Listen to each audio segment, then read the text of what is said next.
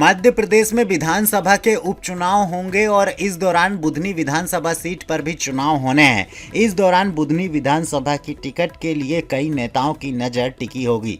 शिवराज के इस्तीफे के बाद बुधनी में आपको बता दें उपचुनाव होना है। इस उपचुनाव के लिए आपको बता दें भाजपा और कांग्रेस ने तैयारियां शुरू कर दी है। मिली जानकारी के मुताबिक किरार समाज का प्रत्याशी यहां से हमेशा निर्वाचित होता रहा है।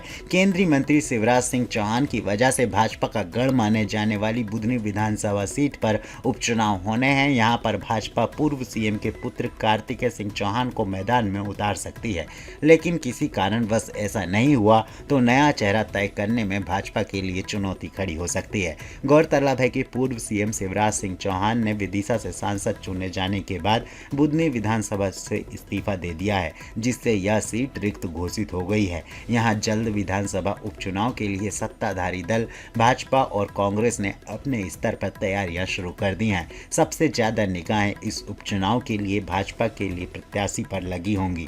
सूत्रों के माने तो इस बुधनी उपचुनाव में केंद्रीय मंत्री शिवराज सिंह चौहान की सहमति से ही प्रत्याशी तय होना है। जानकार मान रहे हैं कि चुनाव अपने स्वभाव के चलते सीधे तौर पर अपने पुत्र के लिए पार्टी नेतृत्व के सामने दबाव नहीं बनाएंगे और यदि किसी कारणवश कार्तिकेय की जगह किसी दूसरे प्रत्याशी के नाम के लिए प्रदेश संगठन को बोला जाता है तो फिर भाजपा के सामने चुनौती होगी कि ऐसा कौन सा चेहरा होगा जो भाजपा की इस सीट को भारी मतों के अंतर से पार्टी के पास ही बरकरार रखने में कामयाब हो सकेगा। अगर इस सीट की बात करें तो पिछले चुनाव की पृष्ठभूमि पर नजर डालें तो यहाँ से हमेशा से ही किरार समाज का व्यक्ति निर्वाचित होता रहा है। इस विधानसभा में अब तक जितने भी विधायक रहे हैं वे अधिकांश किरार समाज से ही रहे हैं। यहाँ से 2 बार कांग्रेस के विधायक निर्वाचित हुए हैं। इसमें राजकुमार पटेल और फिर देव कुमार पटेल हैं। ये दोनों भी किरार समाज से आते हैं, जबकि भाजपा के सभी विधायक किरार समाज से ही हैं।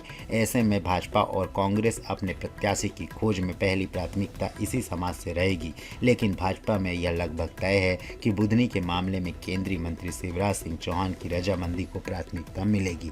जानकारों का कहना है कि यदि भाजपा कार्तिकेय चौहान को टिकट देती है और उपचुनाव लड़वाती है तो उन्हें पूर्व सीएम शिवराज सिंह चौहान का वोट बैंक आसानी से मिल जाएगा, लेकिन यदि कोई दूसरा चेहरा होता है तो फिर ऐसा उम्मीदवार भाजपा उतारेगी जो किरार समाज से आने के अलावा किसानों व दूसरे वर्गों के वोट बैंक पर प्रभाव रखता हो। अगर बात जातिगत समीकरण की करें तो जब तक इस क्षेत्र में शिवराज सिंह चौहान विधायक रहे तब तक यहाँ भाजपा को जातिगत समीकरण को लेकर ज़्यादा मशक्कत नहीं करनी पड़ी।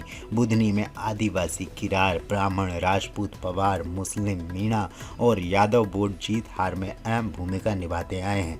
यहाँ की कुल मतदाताओं की संख्या 2,45,000 है। जानकारों की माने तो इसमें तकरीबन 35 से 40 हज़ार किरार समाज के लोग हैं तो 10 से 12 हज़ार अनुसूचित जनजाति।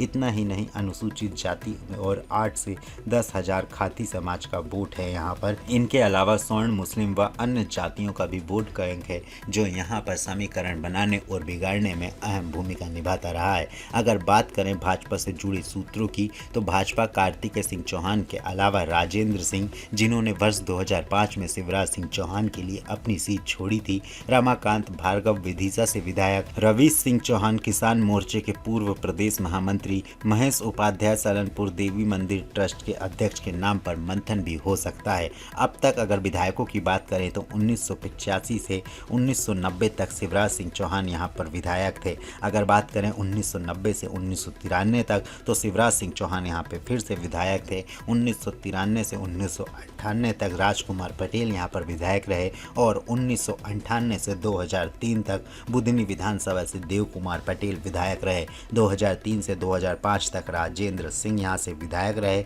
और 2005 से लगातार 2024 तक शिवराज सिंह चौहान बुधनी विधानसभा सीट पर काबिज रहे।